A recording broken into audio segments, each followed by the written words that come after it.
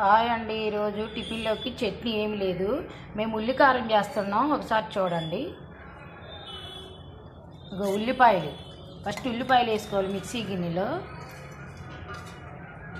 తర్వాత చట్నీ పప్పు, కొంచెం చింతపండు, కొంచెం జీలకర్ర, కొంచెం సాల్ట్,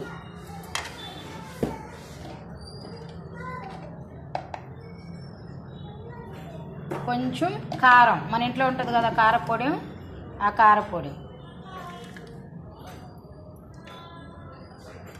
ఇంకా చూడండి,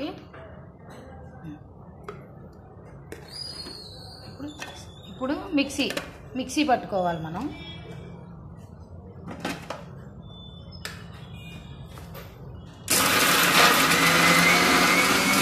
ఒక వాటర్ వేసుకోవాలి, ఎందుకంటే మళ్ళీ సరిపోదు కాబట్టి గట్టిగా ఉంటుంది.